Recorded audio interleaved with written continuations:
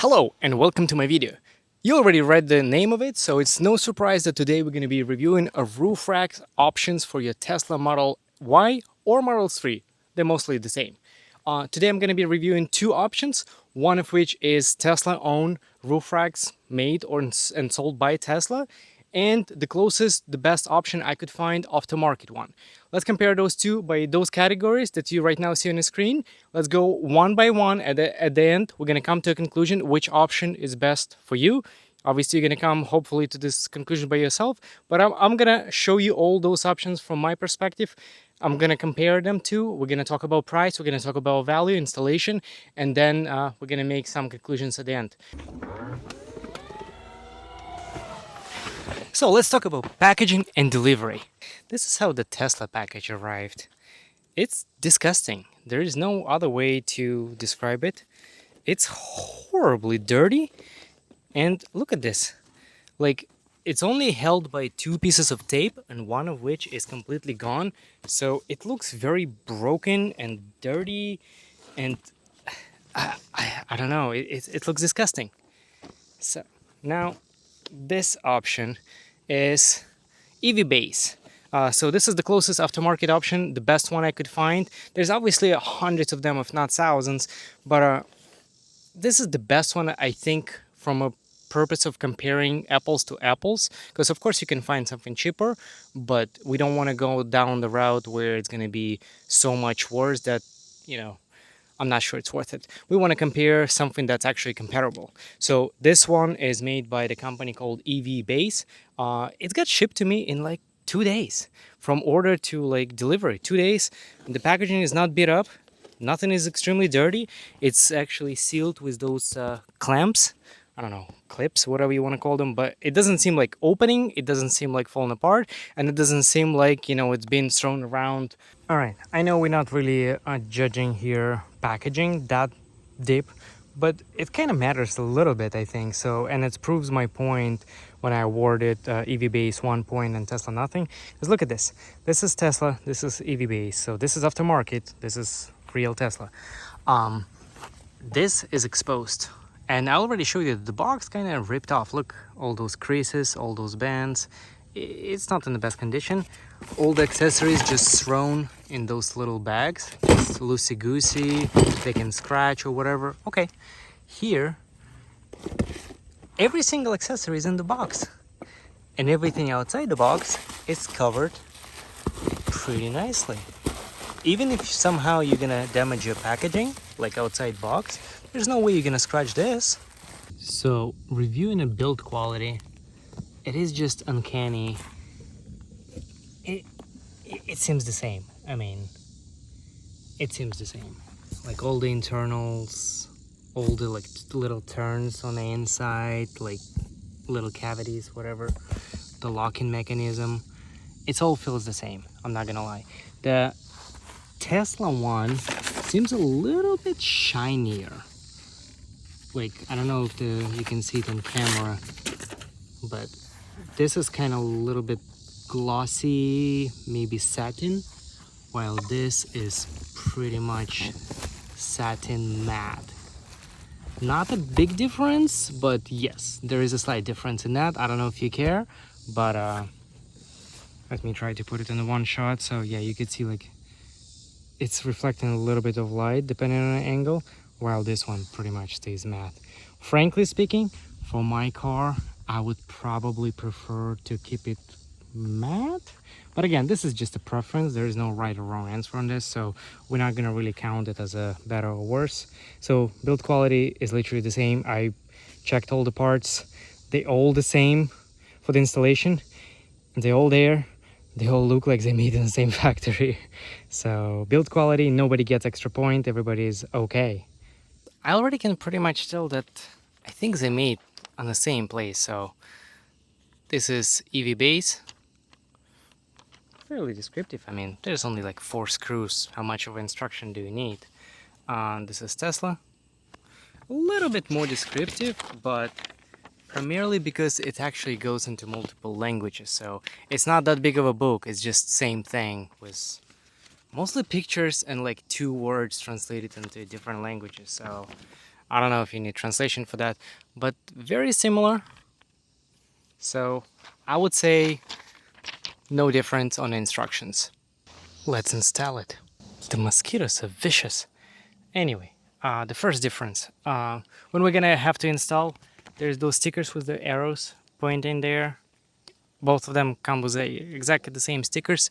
So there's actually an arrow exactly like pointing the opposite direction, kind of like towards this arrow. So you need to align them. So, and this is the place exactly where you need to lay those pads, rubber pads, on which you install the roof racks. So very self-explanatory, I think. Also, there's a pictures and instructions, but Tesla give you not one but two tape measures made by Yakima or Yakima, whatever you're gonna pronounce it, where you have to measure 227 millimeters from the start of your glass roof.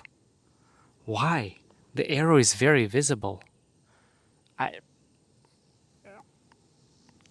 why have two measures? One of which for with inches and centimeters. There's no millimeters. What am I supposed to do with this? I'm supposed to count 227 millimeters. I mean, this one I get it right there.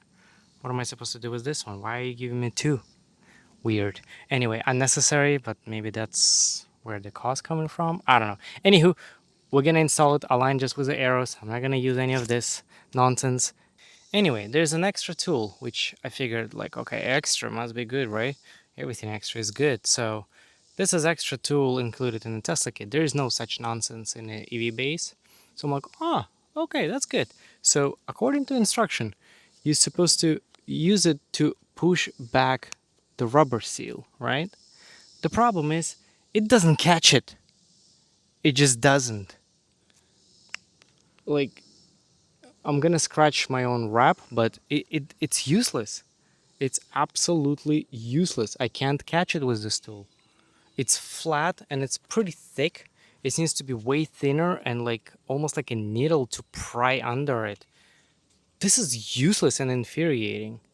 I don't understand the point. You know what the point is? Then when you put the metal screw on top of it, you don't scratch the roof, which is glass. So with EV base, I'm just using whatever actual pry tool, which is, don't get me started. This is pissing me off so much, that Tesla one. And I pry that rubber seal and I stick it around exactly where that arrow is. Okay, see, just like this.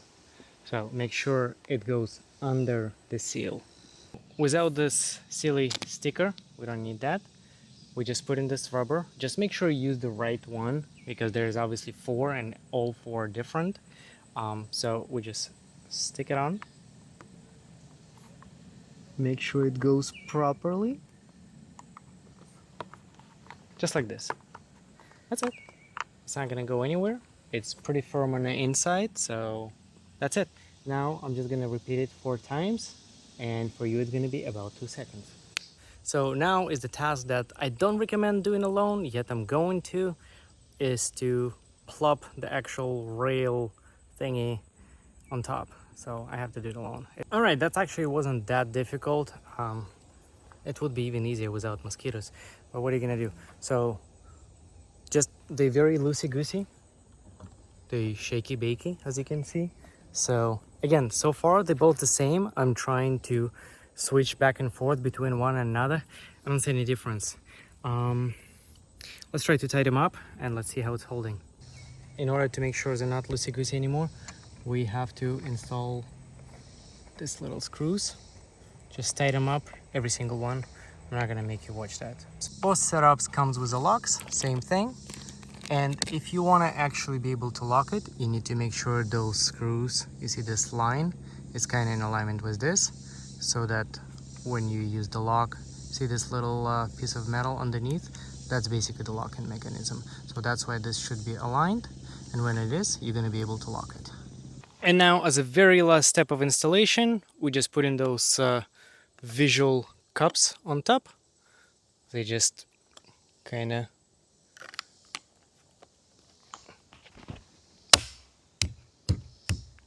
something like that. They're identical. All those covers, absolutely identical. Probably they made in the same factory. And this concludes our installation. So it wasn't too difficult. Honestly, the worst part was mosquitoes. But apart from that, it wasn't that bad.